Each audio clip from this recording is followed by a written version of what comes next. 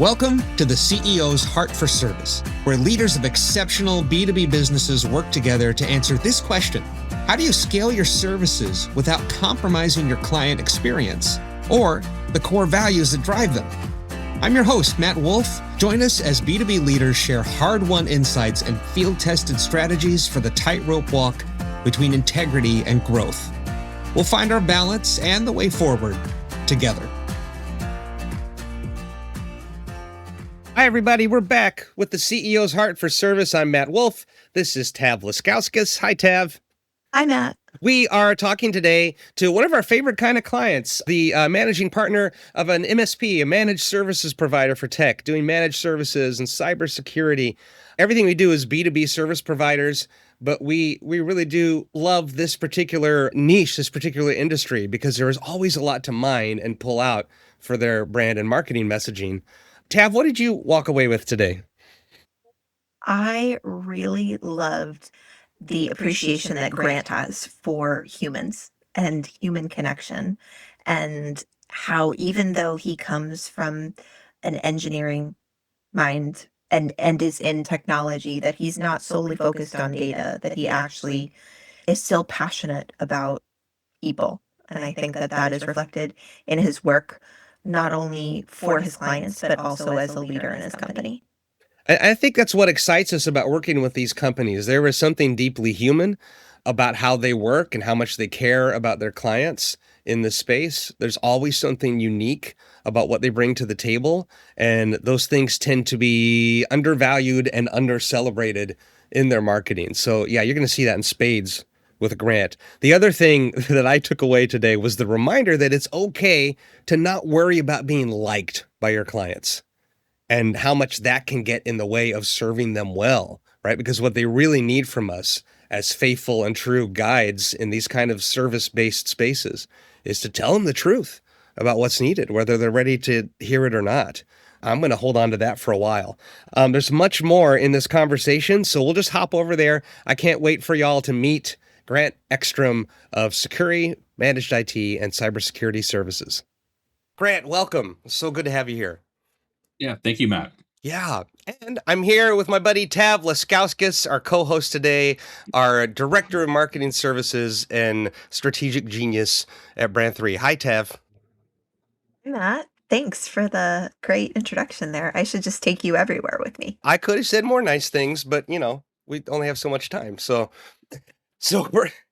we're going to jump in here. So Grant, we'll get to the business stuff in a second, but so Brand 3, I mentioned the other day when we spoke, we are focused on B2B service providers, B2B services, mostly things that are really high stakes, high ticket things that are just, these businesses are built on the back of relationship and trust. And so we like to just, well, in our own strategies, we're trying to figure out how to make marketing more human, how to create and forge connections between humans, because that's really what gives people the trust to move forward. So to that end, we like to ask just a simple human question at the beginning of our podcast. And it's just this: what did you want to be when you were growing up? Because there's a good chance maybe you didn't dream of being the managing partner at an IT and cybersecurity firm. Yeah, so actually, I'm not too far off from where I was hoping. Wow. I always wanted to be an electrical engineer. Right. I was that kid that was building remote control cars, playing on computers. Ironically enough, I didn't touch a PC until I was 18 years old. I grew up in Everett. Everett ran on all Macs, right? So it was kind of a little bit of a learning curve. Yeah. But electrical engineer, it was kind of always my mindset. I lived a couple different lives before I got back into IT, and that's a completely different podcast. Then went back to school, did all my education, all my certifications, and ended up on the Microsoft world. And unfortunately, I've signed myself for continuing education for the rest of my life. So yeah, here I am. Here's a question. When we had RadioShack, were you a RadioShack kid? Did you go and get those kits? Oh yeah. Yeah, no, it was, build your own speaker, stereo kind of thing, every cable that I could ever think of, soldering guns. Oh yeah, there were so many burn marks in my desk that my parents were just like, we got to throw that thing out. It's got to go. Yeah, I loved that stuff too. No, I didn't follow through with it like you did, but I remember those sets. It was fascinating to see all those things come together, right? To see how how it connects, how it works. My favorite one was the remote control car, though, right? Building it from scratch, the whole engineering piece of it, getting it to work, being able to control it, and then break it, repair it. That was a better part of my preteen days. That's really cool to know. Honestly, we don't meet a lot of people who landed where they wanted to go, so it's cool to meet someone who had that passion and saw. Do you remember like what sparked it? Was there a movie or something that you saw someone tinkering with electronics and you were like, "Oh, that's cool." Yeah, I think I was more genetically dispositioned for it. My grandfather was a structural engineer, ended up teaching at UCLA for business, completely different. But in my other side of the family, we're all engineering type. So I think I just kind of had it as a brain type, analytical mind.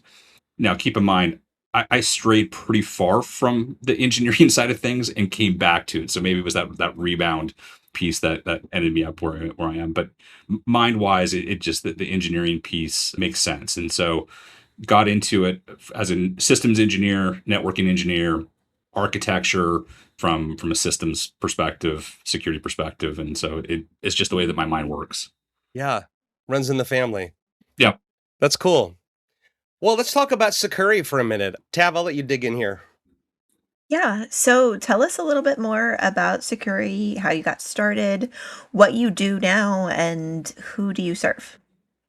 So how it got started was actually a couple bottles of wine in Hawaii on a family vacation. Both my brother and I were doing. We had our own managed services companies, and my dad was like, "Why are you guys doing this separately?" And we kind of looked at each other like, "Yeah, we're both dealing with the same struggles, the same problems." And so through that, we developed Succurri as more. It was more of a technology development company, and we were using it as to be able to build the same technologies and processes that we both needed, and maybe even bring in some managed services companies that needed help that were smaller and needed to get to that next level. And through that, we figured out that if we don't have total buy off from other managed services companies, there was a lot of time and effort put down, just kind of down the drain. And so it became a more of a mergers and acquisitions company. And because we had all the technology, actually most of the employees at that point were Succurri employees, and we had the other managed services companies as kind of test case for it. And so one of the first companies we bought was Emerald City Solutions, which we operated as in the Seattle market for many years. And then we got to a spot where we started expanding, and it made sense that, well, ultimately, as we moved to Arizona, nobody cares in Arizona about Emerald City Solutions, right? It's clearly a Seattle company. And Ekstrom Consulting is, it doesn't have the ring that Succurri had. So we made the decision, we're like, everything is going to be Succurri on the front and on the back. And so we made that change. It's kind of all blending now, but it's been about 3 years now where we went through and rebranded everything.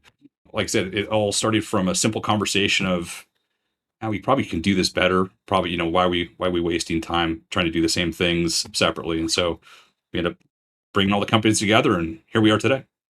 I want to dig in on that. The whatever happened around the two bottles of wine and the better piece, Sure, we'll call it because two bottles of wine. Yeah, yeah. yeah. So what was the better every business we find has a why that got it started, there's a why that launched you into existence, something that you probably did want to improve in the market. What was yours? What was that thing you thought you could do better? Well, the issue was that small MSPs, when they start out, like you start out as a systems engineer or like you're an IT, professional, and you're like, oh, I can do this, right? And so you get in, you create your own business, and then all of a sudden you realize that running a business is about running a business and not anything that you had to do about getting into the business. Yeah. I'm trained as a network engineer, systems engineer, like cybersecurity, and I do very little of that today, right? Mhm. I'm running a business. And so those were some of the struggles that we started finding as we got into it.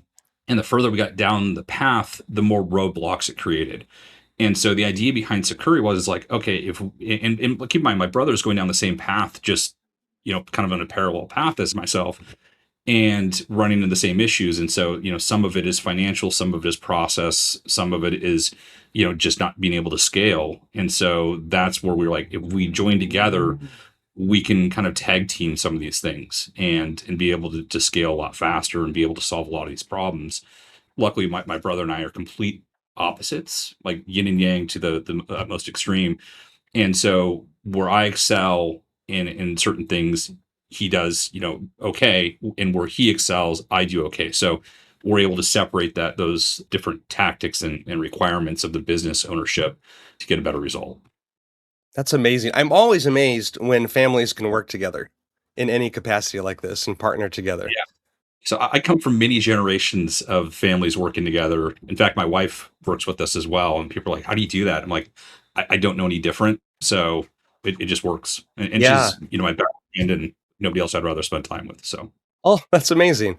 Well, but yeah. to come into it clear-eyed with where your gifts are and how they're unique, and to see that as an advantage for your clients, that's a level of I mean, it just tells me there's a level of communication there that it just works somehow, you know? So Well, that's and I think a little bit of self-understanding, right? And I would say that wasn't always the case.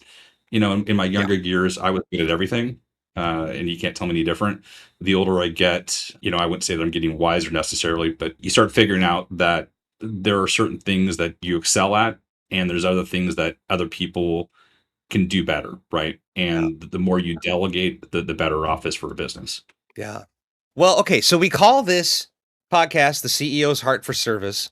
A good baseline for that conversation is just, trying to get a grip on what does service mean to you? What does it mean for your team to deliver exceptional service to your clients, and how do you know when you've done that? That's a good one. Being able to actually define that clearly.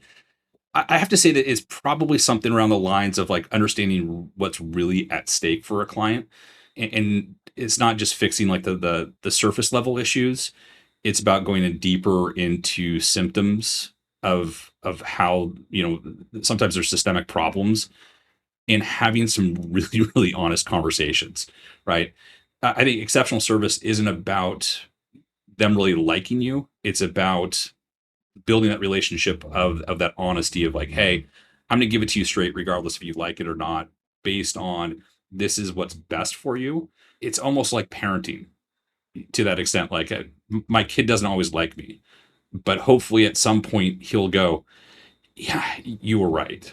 So I think that's, from my perspective, that's that exceptional service, right? Just getting into some spots that might not be comfortable, but ultimately have the best result.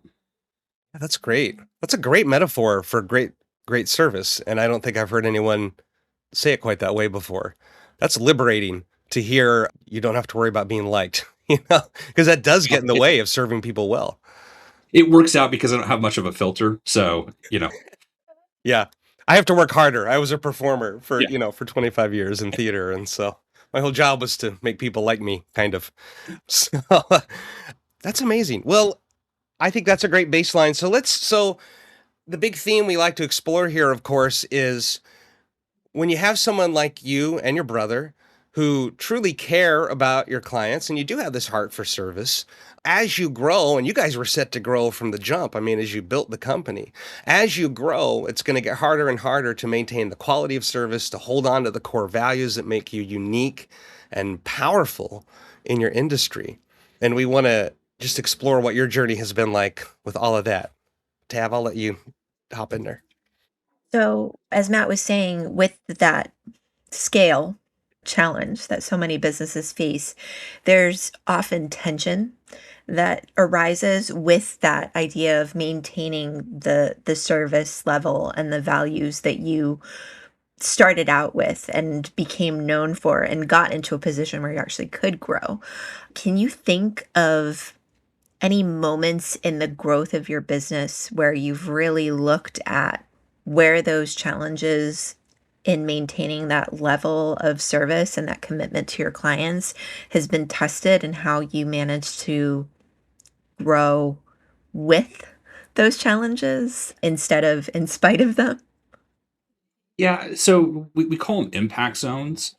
And so an impact zone sometimes is a resource related zone where you kind of hit that wall and you bounce off it a couple times and you keep on trying to do the same thing, and ultimately you're not changing the results. Sometimes it's financial. But those impact zones are really where you have to retool and rethink about what you're doing. That's when people are used to doing something a very specific way, and you start changing that. And we call it in our organization moving people's cheese, right? Like people don't like things moved around on them, and so that can be challenging, right? And Yeah. where we've been successful is having a really good process and documentation, and setting expectations around, hey, if you follow these guidelines, it will take you to the promised land, right? Where it gets tough is where you start having resource constraints, things get really busy, people start freaking out, and they revert back to their old ways. And that's where you start seeing that friction that happens. I mean, honestly, it's something that we still struggle with, right? As we continue to hit those impact zones and scale up, for whatever reason, we still see that happen, right? But the good thing is that we're able to see it faster now than we were in our previously in our careers. And so we're like, okay, this is what's happening. Okay, we got to realign, get the resources back in place, and get the staff to, let's find our emotional sweet spot right now and bring it down a level. Everything's going to be okay. Let's talk you off the ledge, and then we start moving forward again, and then everybody's back on track, right? So the answer is, I don't, how do you work through that? I think it's more about identifying it quickly and being able to make some quick adjustments, because like ultimately quality doesn't automatically scale, right? With good Right. intentions, you have to continue with that process and watch it. And the further I get out of the day to day, and the further that my brother gets out of the day to day, it becomes really important that we have, our leaders, our managers that are set with the same mindsets that we have, of like being able to see that happening, and having the desire to make sure that the outcome is as good as it's always been. So because you had those really clear guidelines, that's why you're able to sort of measure what's happening and identify it sooner. Is that sort of the idea? It is, but also, you can kind of just see it happen, right? Like all of a sudden, there's a buzz of chaos, of panic, that you can hear it in the voices. You can see, like, how interactions happening among staff, and you're like, oh yeah, I've seen this before. Okay, where's this coming from? Are we hitting an impact zone? Where's the stress coming from? So we're just able to see that a lot faster now. Are other members of your team able to identify those moments as well, or is it still primarily you and your brother? You talked about, making sure that the leaders within the organization are really fitting in. Do they sometimes come to you and say, "Hey, I'm observing this. We're headed in this direction." Yeah, it's, I don't know if they're necessarily like, the light bulb clicks on like it does for both Andrew and I, at least yet, just because we've seen it a few times. When you start, but Mhm. they're definitely coming to us and saying, "Hey, these things are happening." And you're like, "Oh, here's why," and they're like, "Oh," so they're getting the experience where it's not too far along the lines where they're like, yeah, "We don't even worry about it, you guys. We got this covered," kind of stuff. We've done this drill before. Are there specific moments that you remember as you've grown where you just realized, okay, scaling this thing, growing this thing is going to be a lot harder than we thought? Every day. I mean, the reality is, like, every day is a different obstacle, right? And you set up and you make a trajectory of where you're going to go, and sometimes you fail miserably, as what I like to call those. Those are data rich experiments, because you figure out what not to do. But at the same time, like scaling, like there's a lot of things that you need help with as a business owner, especially when you start hitting that 5 million, 10 million mark, and depending on how much staff you have in there, you start looking for external help. We started getting involved in some professional groups, which was very, very helpful, right? We haven't done EOS yet, but we've taken a lot of methodologies from that. We've done some very specific managed service provider groups. I've started getting into Vistage to talk with other CEOs. It's still based around, it's like a community, right? It takes a community to grow the children. Same with the companies, right? And looking at how other people have done it. Not every single way is correct. Not every way is incorrect, right? But getting some outside knowledge base from other people that have gone down the same path as you has been extremely helpful, and things that we need to make changes to get to that next level. So understanding that you can't do it all on your own.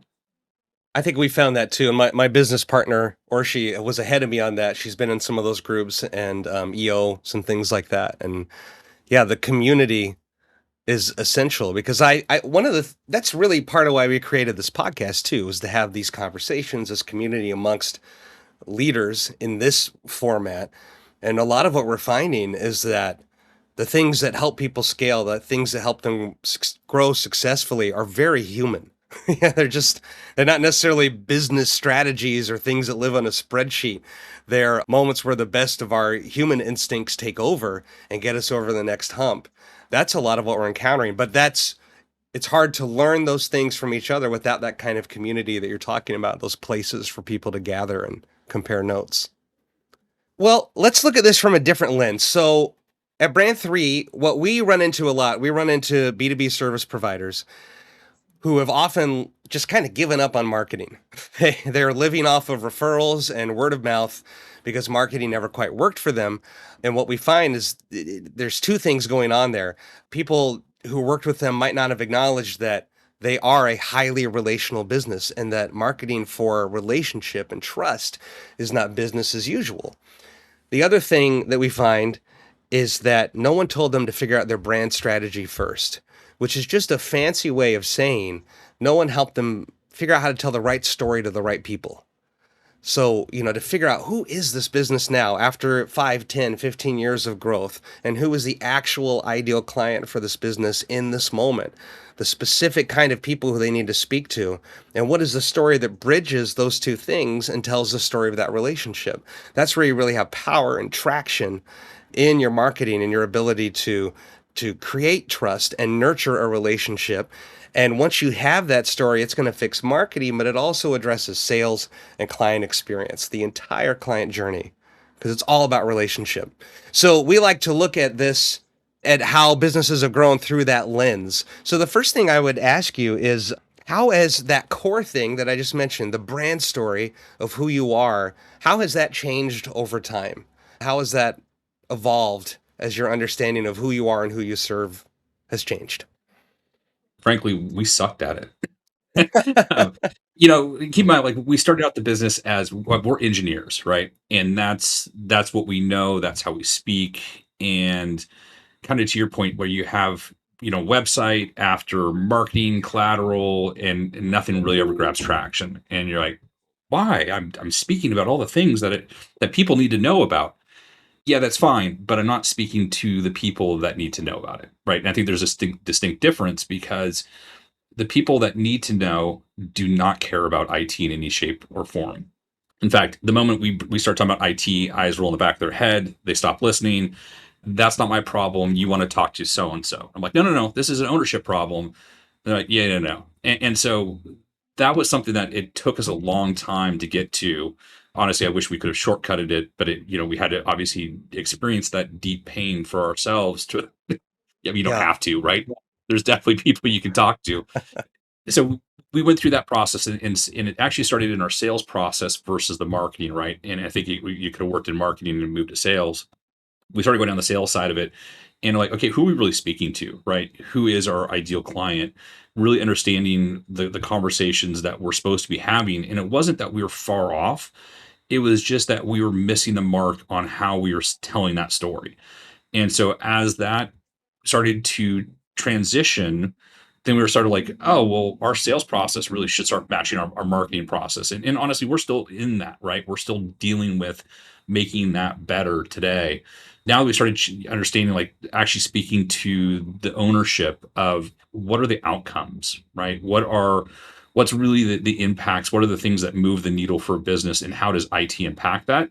When you start looking at IT is in every aspect of business, right? Whether people want to look at it or not. I'm like, if all your transactions are happening through an accounting system, all your communications are happening through phones and through emails and instant messaging and whatever else. And so you start thinking about that, and when friction happens in any of those environments, you start losing profitability and time and margin, and it's not something that shows up on a report.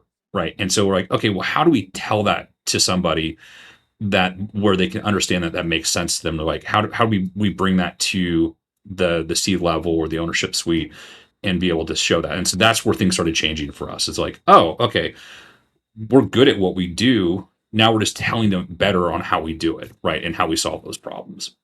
That was the game changer for us, but we still have a long ways to go.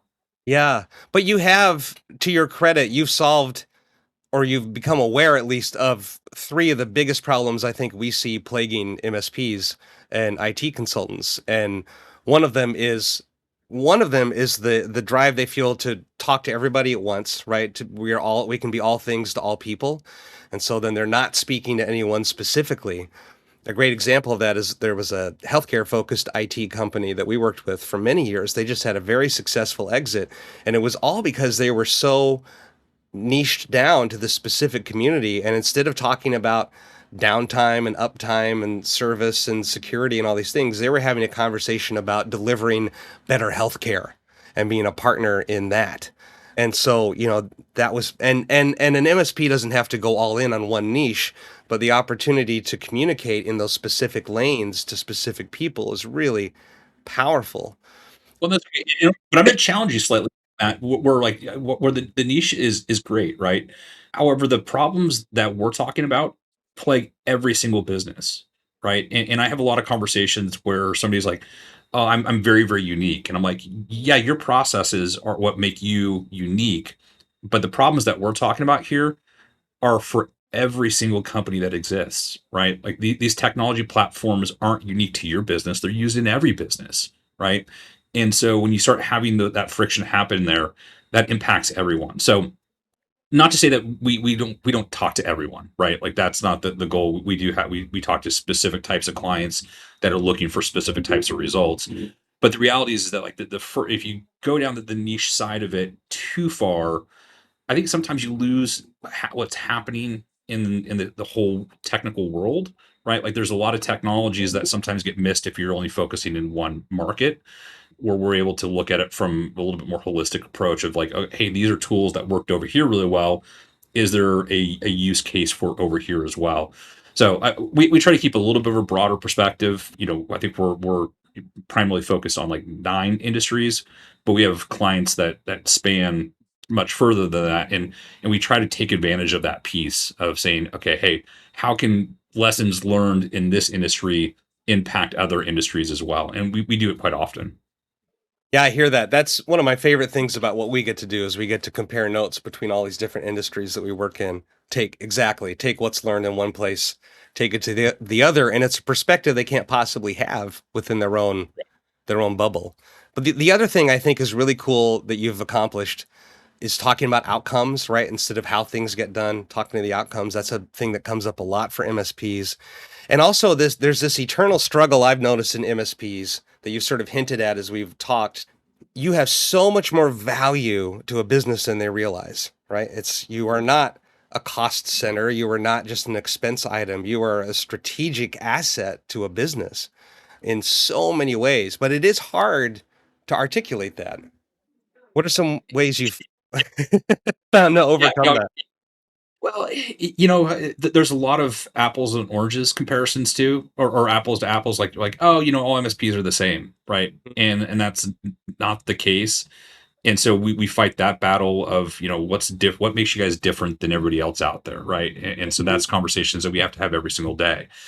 How do we overcome that educational side of it is honestly staying deeply human. I think of having those conversations, maintaining those relationships with the ownership, honestly, going out for drinks, right?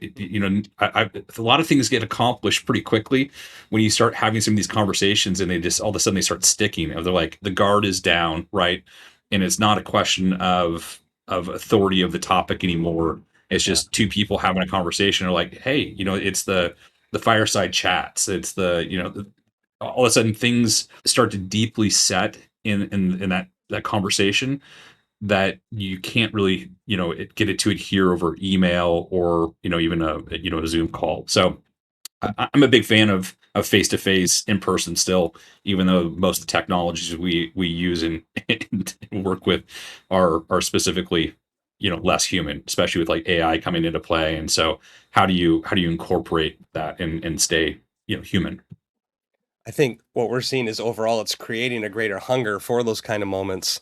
You just made me wonder if we should change the call to action on a lot of our businesses sites from schedule a call to let's have a beer. That Yeah. might be a better call to action. You certainly Hey, get a lot more done. yeah, you might get a lot more clicks, right? That's right. That's right. Right. Free beer. I'm in. Yep. Yep. So, with the way that your stories changed and evolved, you've mentioned that you've seen that it's gotten more successful for you. Can you talk a little bit more about the impact that it's had? You talked some about initially it started in sales and then it kind of had a little bit of a trickle down effect into marketing. So can you expand on that a little more? Yeah. So, figuring out what our voice was, what was a journey, right? Of like, who are we? Why are we here? What are our core values?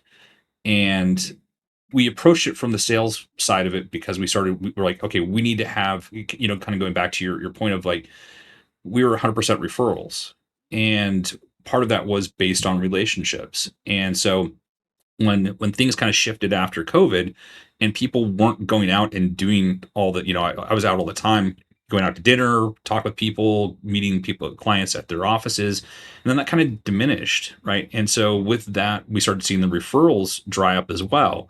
And it wasn't like we actually, our service had got better. So why were we seeing that? And ultimately was that loss of human interaction had stopped. And so we looked at it like, okay, well, one, we need to work on that, right? That's something we need to get back. But also, what is something that we need to have in place to make sure that there's always that source of revenue that's coming through, and ultimately having multiple channels of it. And so we started focusing on the sales side. And so starting we're on like version 5, right? So we crashed and burned a couple times in the process of that.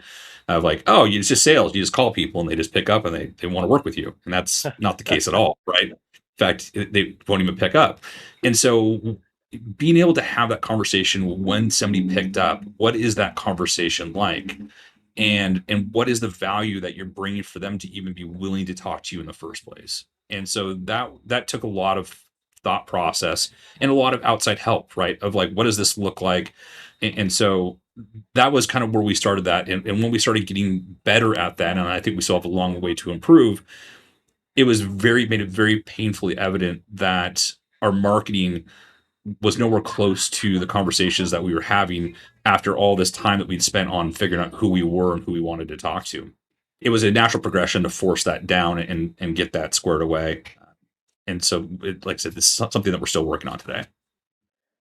As you've gone through that evolution, and you mentioned, like, you've had instance of instances of it not working out as well as planned. Had you already started to kind of evolve some of the marketing at that point, but or was it really after that point of, "Hey, we got a good thing going with sales now," that you started adapting?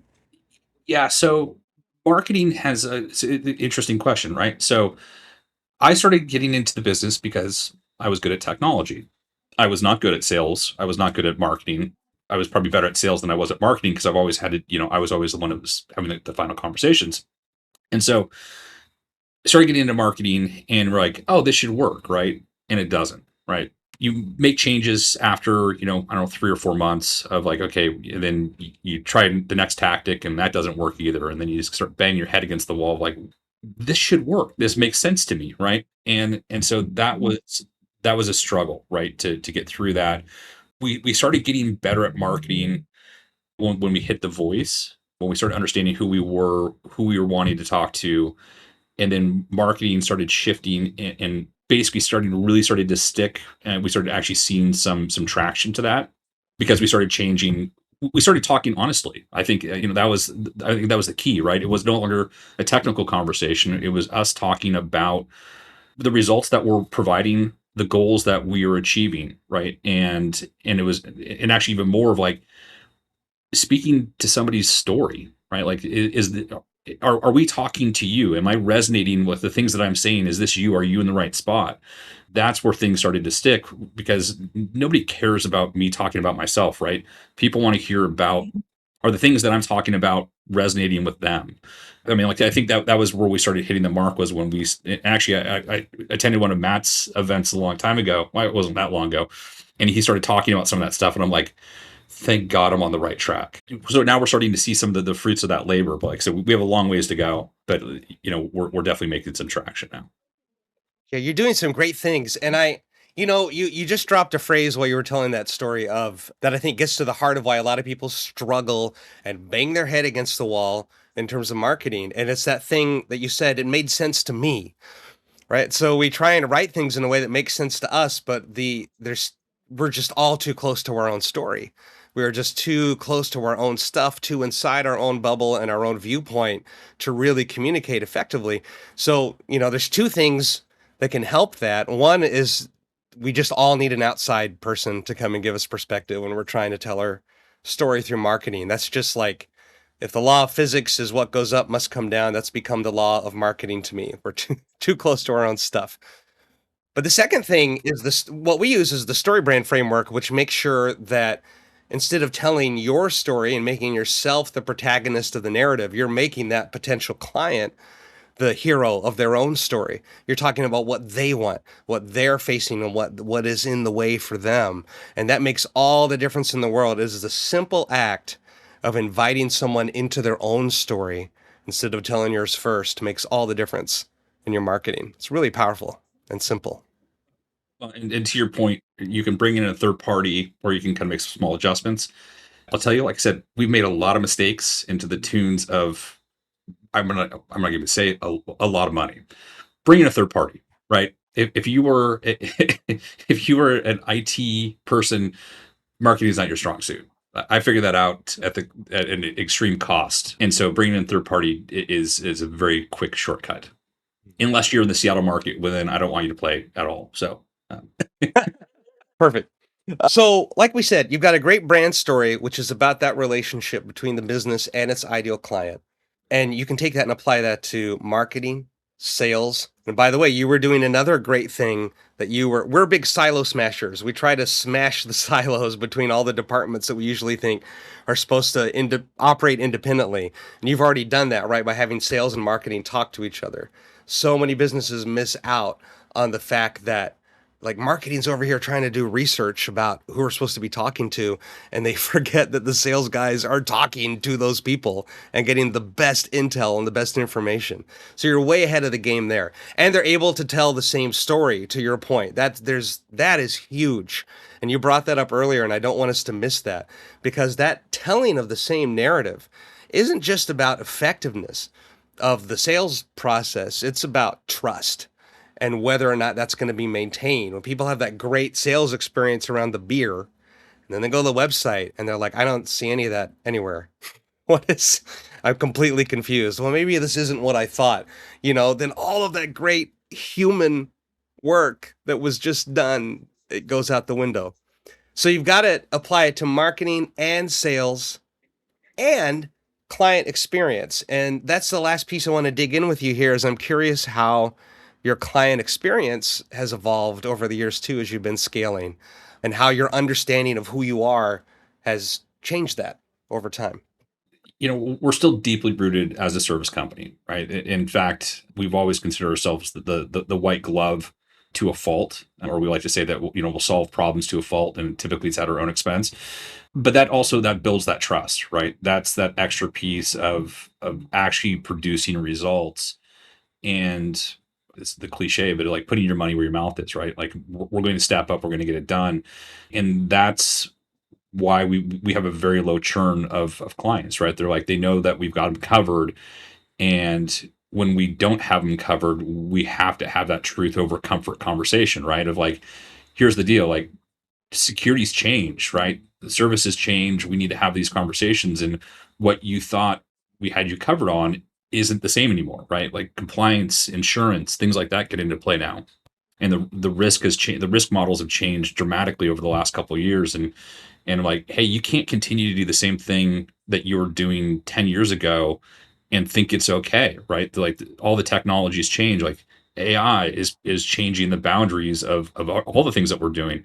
And so having to have those, like, so, those uncomfortable conversations of like, I get that you're really happy and content where you're at today, but to strategically, you have to make some changes to stay ahead of your competitors or even potentially stay in business, right?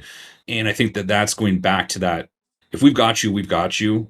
But if you're not listening to me, that's a problem, right? We have to make sure that we're all staying on the same track. We're on the same length of understanding of what's happening with your business. And sometimes, it doesn't pan out, right? Some people don't want to hear some of those uncomfortable truths.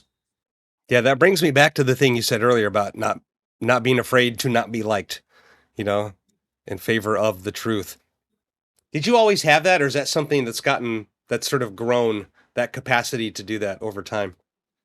It's definitely over time, right? In my younger careers, like, everybody's got to like you. You can't lose a client ever. Oh my Yeah. God, right? And then you come to the realization that if you're losing a client because somebody's going against some of your core principles and values, you got to, it's not a good client, right? And I love all our clients, but not everybody wants to do the things that I recommend. And obviously that and it's not my way or the highway, right? It's not that way at all. But there's certain things like, hey, you're taking too much of risk, right? You don't have anything to back up your risk, and those are the tough ones, right? Or if you're not doing ingenuitive things to bring yourself and your company to the next level, that's your choice, right? That's something that I can point you in the right direction, but it's not a showstopper. And then it comes down to, then there's also financial questions of like, hey, you're not making investments back into your company. And ultimately, in the IT space, there's a life cycle, and you have to renew equipment, you have to renew software, and you can't just buy something and, oh yeah, well, I bought that 10 years ago and it should just continue to work for the next 20 years. I'm like, it just doesn't work that way. I didn't design it. I didn't write the rule book, right? Yeah. And so having those conversations and getting people to understand, like, hey, these are the things that you have to do to make it so you are not having catastrophic events in your business.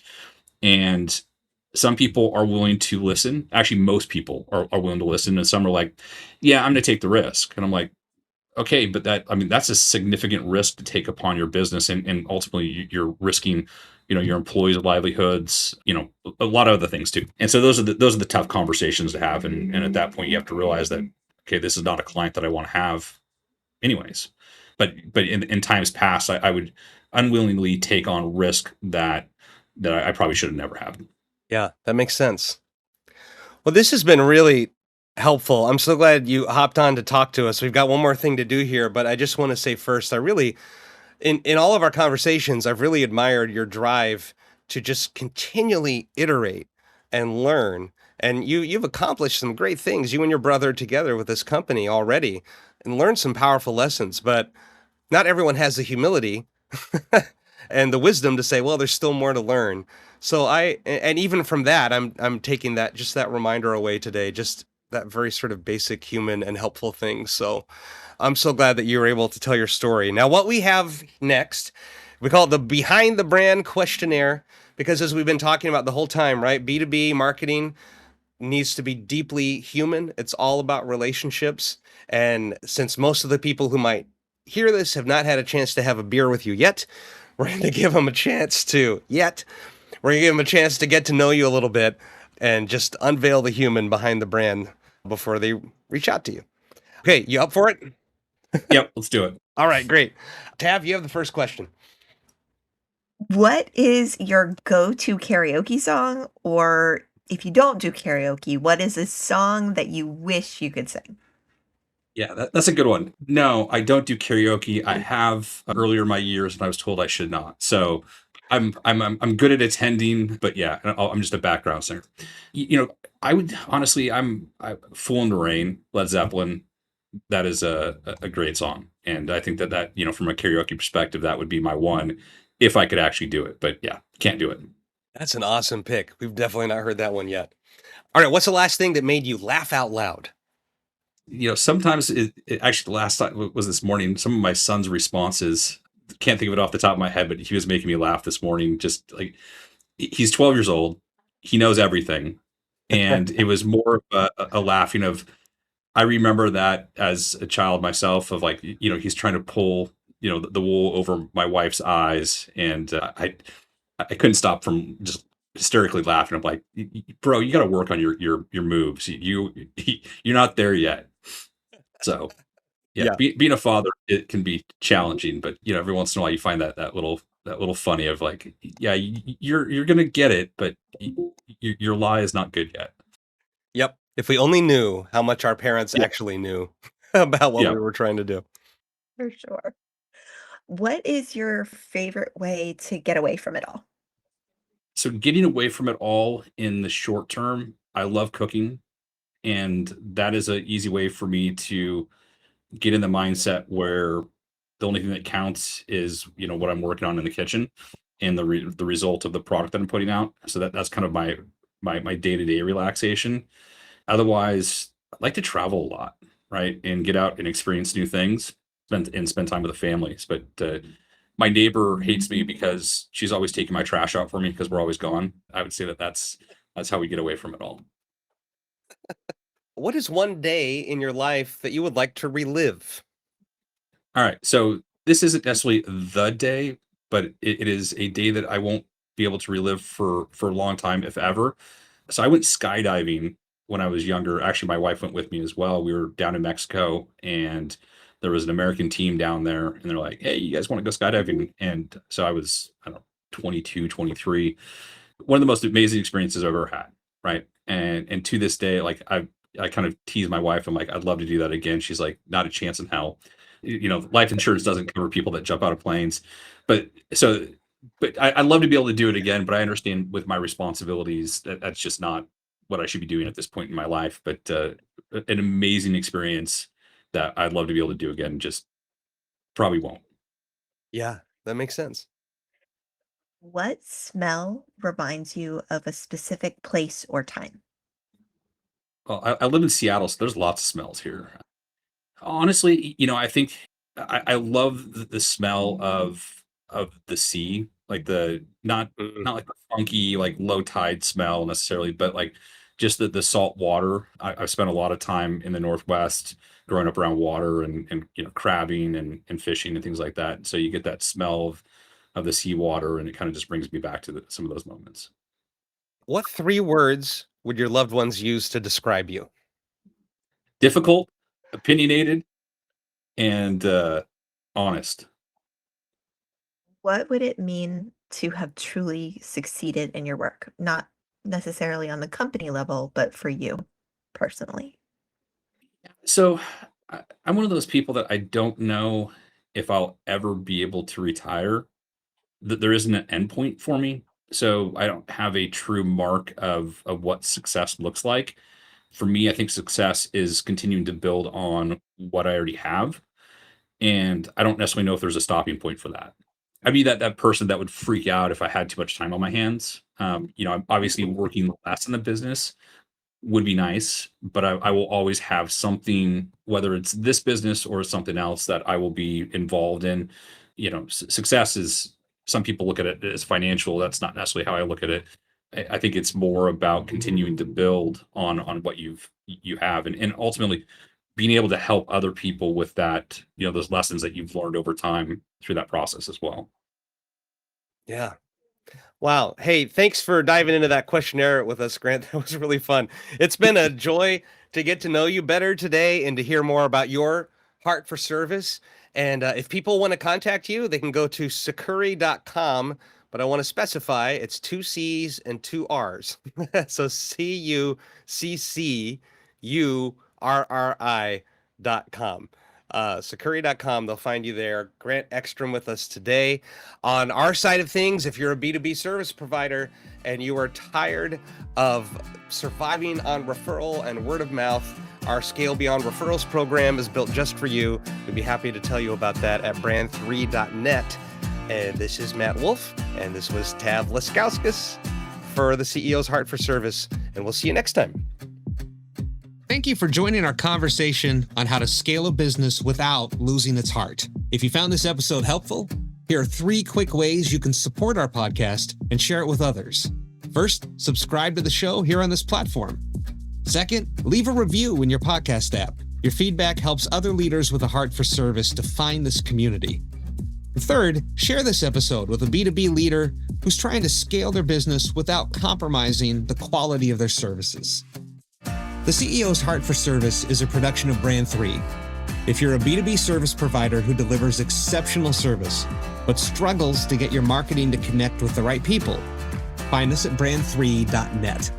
And sign up for our Brand 3 newsletter that only sends marketing insights worthy of your inbox. Genuinely helpful stuff for the road ahead.